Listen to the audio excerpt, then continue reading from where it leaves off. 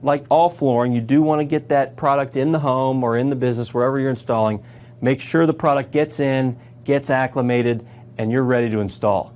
So on your subfloor, on the floor you're going to be laying this down, everything needs to be swept clean, needs to be level. Take a straight edge, okay. Put it at different areas in the room to determine the flatness of the floor. Needs to be relatively smooth. You need to get any cracks out, fill cracks in, highs and low spots, make sure you've taken care of all those. Determine how many planks width-wise it's going to take so that when we get to that end, we have at least a half of a plank. Oh, this is 6 inches. You don't want to wind up with 1 inch or a half inch at the end. Right. Because that's screwy. Right. So what if your measurement makes it look like that's going to happen? Do you cut 1 and a half? Yeah, you make this one smaller so you get bigger down there. Okay. At least 2 inches or wider on a 6-inch plank. All right. Okay. You can go from left to right or right to left on this. Okay. And what we're doing, because this floor has to be anchored in by the perimeter, right, is butting to the baseboard. Up against walls, you do have to fit it all the way to the wall in all directions. There is no 3/8 inch gap for expansion like we have with a typical floating floor. That's it. You're laying the floor, you're laying the planks on the ground completely loose. And that is just as easy as putting the material to the baseboard and then butt joining each product or each plank after that. Where it butts the wall, it butts the end joint. The last piece in the row, since there is not a tongue and groove on this, right, you line it up in the next row, take a speed square and your razor knife, score it once, pick it up and snap it, turn it around so you're putting your factory edge to factory edge. Okay. Place it, and now it's touching the wall. So these, all the way down, are held in by the side walls and the end wall. Head in there. That's up there. That's up there, and then you've got factory end over here. The cut goes up against the baseboard. Then on this one, you can turn around and start on this row and go back that way. Reverse direction.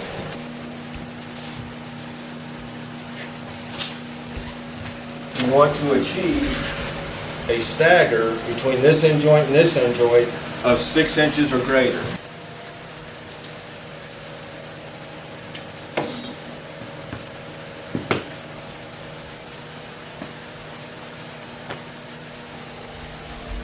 You've got your stagger right there. Right. Okay.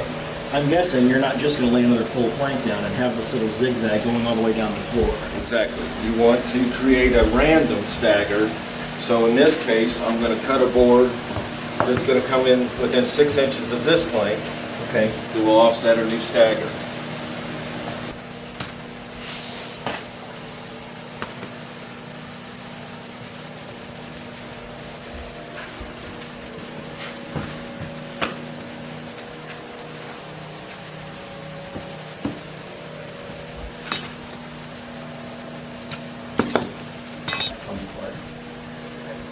Just rips apart.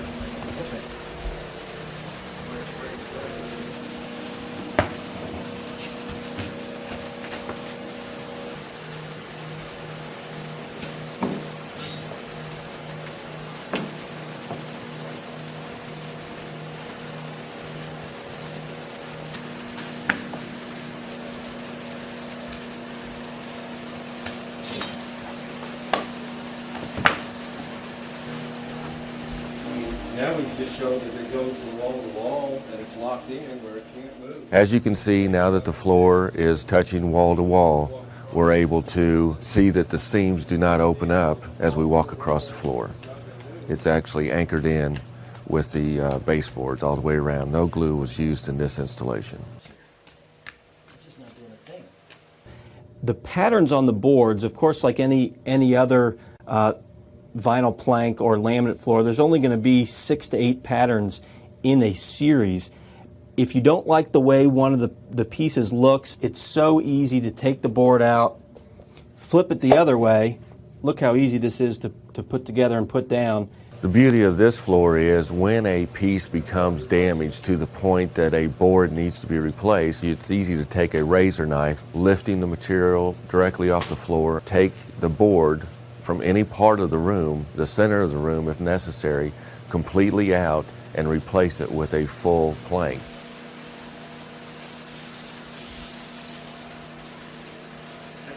This is so easy to do.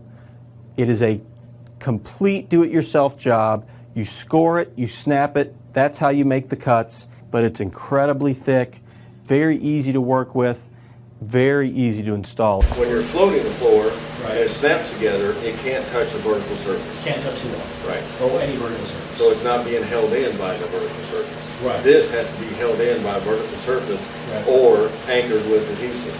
Okay. This particular example is held in by the vertical surface. The baseboard. Right. What we're getting ready to show you, let's go in here. This scenario with no baseboard, you see how high it is above the ground? Right, sure, it's raised up so the No floor will go under it. baseboard, no drywall to butt against because it's irregular underneath there. Okay. We're going to have to adhere the first row To the floor itself. to the floor. Put on the floor or the plank? On the floor.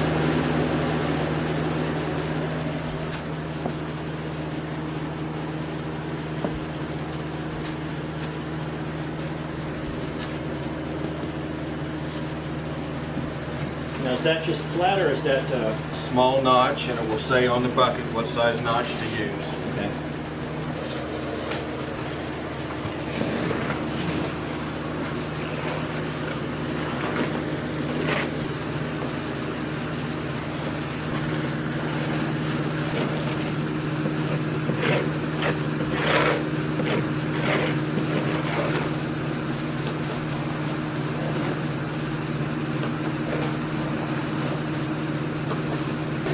It's almost going to have to go clear, so we're going to have about 10 minutes. This glue, is it about where you want it to be? Yeah.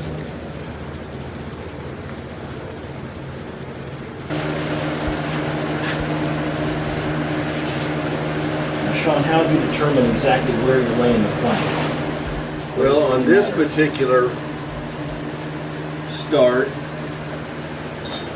I dry laid the planks out to run parallel to the drywall seam, Okay.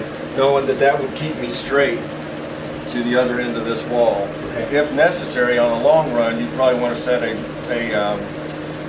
chalk line down to keep it straight on the wall. Once that material hits that adhesive, it does not slide any longer. That is now anchored, and that's what we're trying to achieve, is the floor to be anchored in the starting row.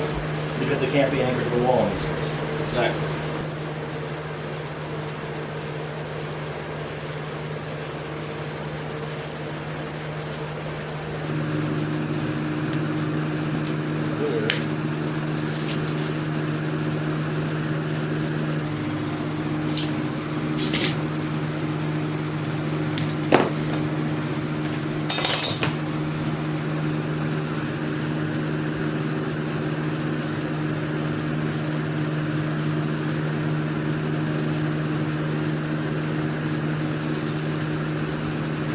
This material has already set up, and we're unable to lift this off the floor without actually prying the screwdriver underneath it. That material is already set up. That way, from now on, when we start pushing our material to this setup or first row, we have a nice solid beam to push against, and that locks in this free-floating floor. Now we will go ahead and glue all the rest of the walls.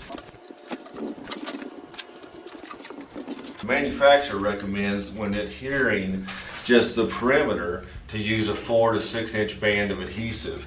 You can go larger than that, but a 4 to 6 inch band would be sufficient with this size of plank. This is around the perimeter of the room. And once that material becomes tacky, we can continue laying the rest of our floor. Now that we have the adhesive spread around the perimeter, the manufacturer also recommends to put a adhesive band down the center of the room or at every 10-foot intervals, depending on how big the room is. That gives you added support when keeping the material from sliding left to right or from front to back. It will not hurt the application to do this in any case, either doing it with the adhesive or doing it with 6-inch Gecko double face premium tape. But if you're doing the loose lay where you're boarding up against the wall, it's not required. It's not required, but it will not hurt. And this is going perpendicular to the way we were laying our planks. That will give us added strength and keep the material from sliding when you don't have anything around the edges to lock this in.